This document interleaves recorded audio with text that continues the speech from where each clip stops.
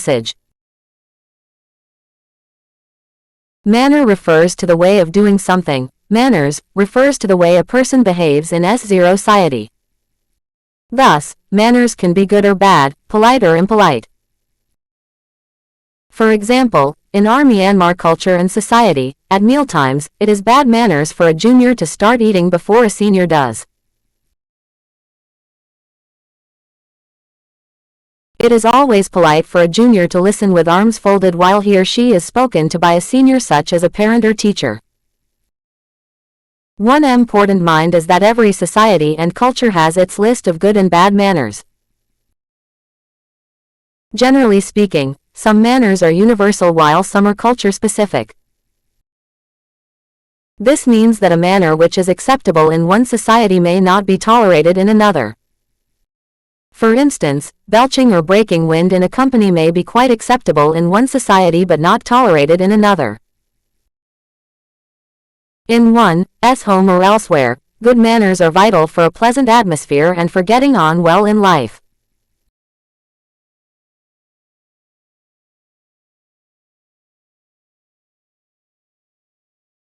Thus, showing respect to the other person, offering help, greeting appropriately, and saying, "I am sorry," when having done a wrong are all good manners. Now let us see how manners are acquired. Home may be considered the birthplace of manners. Children hear what the elders around them say and see what the elders do. As they imitate their elders, they acquire their elders' manners. And there are times the father, mother, elder sister or brother may formally teach the children to say or act politely. If the elders around them are gentle and polite, they grow up to be gentle and polite. If on the other hand, the elders around them are crude and rude, they will grow up to be crude and rude as well.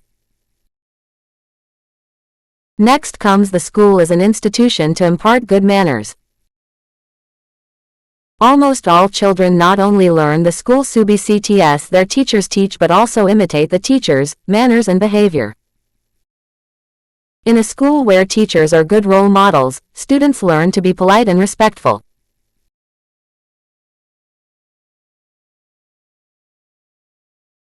In addition, they are quite likely to take their classmates and senior students to be role models, and here is the danger of acquiring ill manners.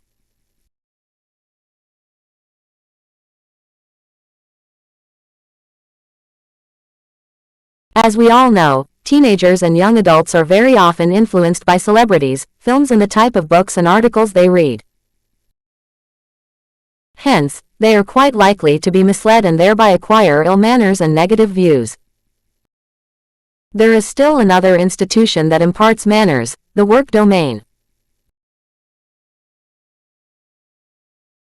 Once a person gets a job, his work domain becomes an added institution to influence him, for good or evil.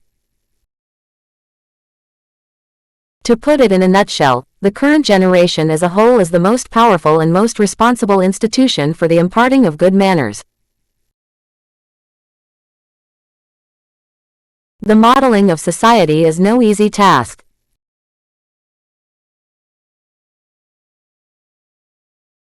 All the elders of this generation should conscientiously join hands and teach their juniors to be law-abiding, upright, honest, self-respecting, disciplined, punctual, charitable, helpful, merciful, and forgiving.